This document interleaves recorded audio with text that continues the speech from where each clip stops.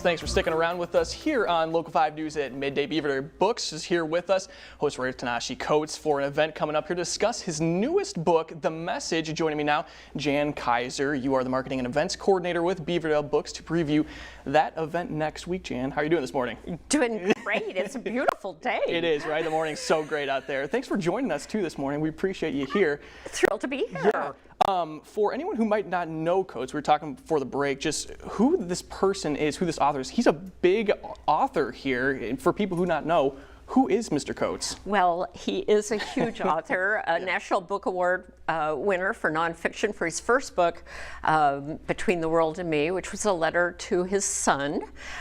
He's also a comic book writer, and he teaches at Howard University. So yes, and he's really been making the rounds with his newest book, The Message, which is a very powerful and wonderful book. And it's been in the news the last couple weeks too, and he brought up comic books. I know he did the Black Panther too, comic book.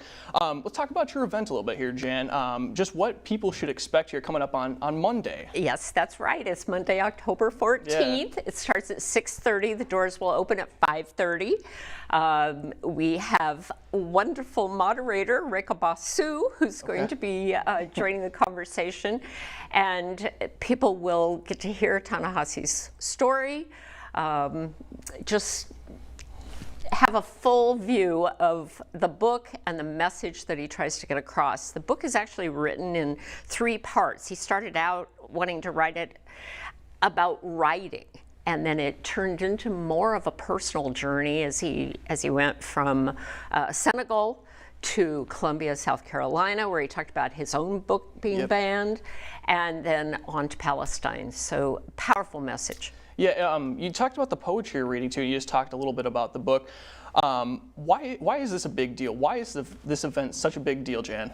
Well, I think he's recognized as a true voice for the community, and during this election season, I think there's a lot more focus on the divisiveness.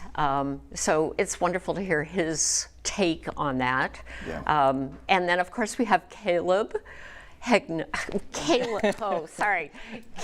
Rainey, who is going to be sharing some of his poetry, and thrilled to be part of it. We don't know for sure which poem he's going to read, so you'll find out when you get there. My producers tell me we got less than 30 seconds. I want to make sure we get this off here. How people can get tickets, Jan? Yes, just go to beaverdalebooks.com.